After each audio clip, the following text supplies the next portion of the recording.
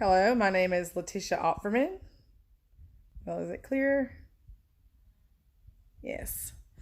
And I am doing my video for my research course in UR 3165. And I chose to write my paper on patient safety and bed falls. That is a very big thing in hospitals right now. And although we have access to different means to try to prevent them, sometimes they are faulty. And so I was quite astonished with the numbers that were given, or what I found throughout my research, that 700,000 to 1 million patients are injured related to bed falls every year. That number to me is astronomical, in my opinion. And of those patients, 11,000 of them die from their injuries. They're that fatal. So, and 42% of bed falls actually cause severe injury. Those factors were pretty alarming to me as a nurse.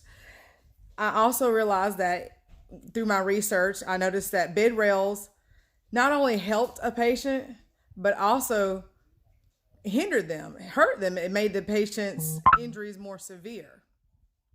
And the reason being is if a patient is not cognitively there, they'll do whatever it takes to get out of the bed, which result, of course, they get tangled up in the bed rails and they fall, and it makes their injury far more substantial than what it would have been if they could have just kind of like slid out of the bed.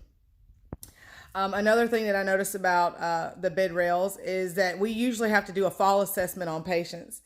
And I don't know if every nurse has the experience or the ability to cognitively judge a patient. Sometimes they don't seem to be impaired. And when you do not have that tool, assessment tool, and it's properly gauged to recognize the cognitive level of a patient, to know if you need to use those rails or not, it makes a big difference. A new nurse may not be as aware as a nurse that's been practicing in the field for like 20 plus years. They may see the signs a lot better. Also, patients that are cognitively there, their mental status seems to be within normal range, they should be given the right to have a say-so in their safety as far as bed rails are concerned. I also realized that bed alarms were very, very, very 100% actually accurate in their usage, but the problem was the fact that patients would fall out of the bed because nurses couldn't reach them within an adequate amount of time after the alarm initiated. So if you were able to take patients and move them in an area that nurses are constantly moving throughout, or one where the nurse is at a station desk, they may be able to reach the patient within enough time to prevent this type of injury from occurring. And the other issue that I realized was bedding, like the level of the bed. They have beds that they call low beds, and these type of beds are very, very low to the floor.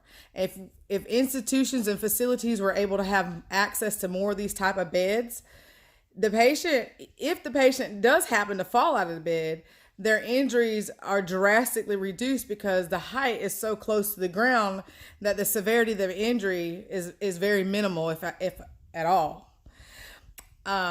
I was also interested to realize that Medicare and Medicaid will not pay if a patient falls. They're not going to pay. They won't pay for the injuries that happen to the patient, and usually those injuries resulted anywhere from $3,000 to $14,000 worth of money that somebody's got to pay, which usually falls onto the head of the hospital. They're going to take that extra. They're going to have to take their revenue and pay these bills. So I feel that if there's a tool somewhere, somehow, that we can implement that will do better gauging with the assessment of patients, and be able to recognize their cognitive level and the severity as to how many bed rails need to be put up and if they even need to be used. If so, how many, as well as giving facilities more equipment. They need to have more equipment available and markings on those equipments, because some nurses had problems recognizing which bed was the right bed to utilize as far as the low bed situation. And then with the bed alarms, of course, I already mentioned that, you know, if the patient is put into a closer proximity within the nursing station or somewhere where there's somebody stagnant or stationary, to get to those patients within an adequate amount of time, we can drastically reduce the amount of unnecessary falls and the injuries that happen to patients while they are in our care at hospitals. My name is Letitia Opferman, and I thank you for your time, and I hope that you found this video to be informative. Thank you.